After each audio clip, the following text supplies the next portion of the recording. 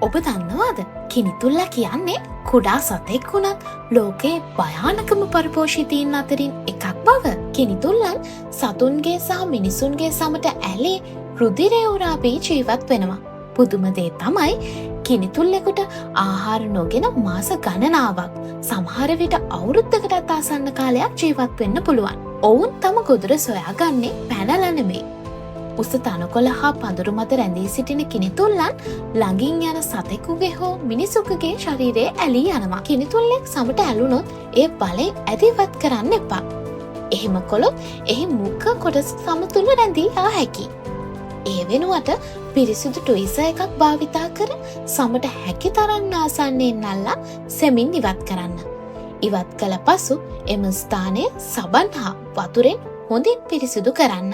කුඩා වුණත් කිනිතුල්ලා කියන්නේ සැලකිලිමත් විය යුතු කුඩා ජීවියෙක්. ඔබ කවදා හරි කිනිතුල්ලෙක් දැකලා තියෙනවද?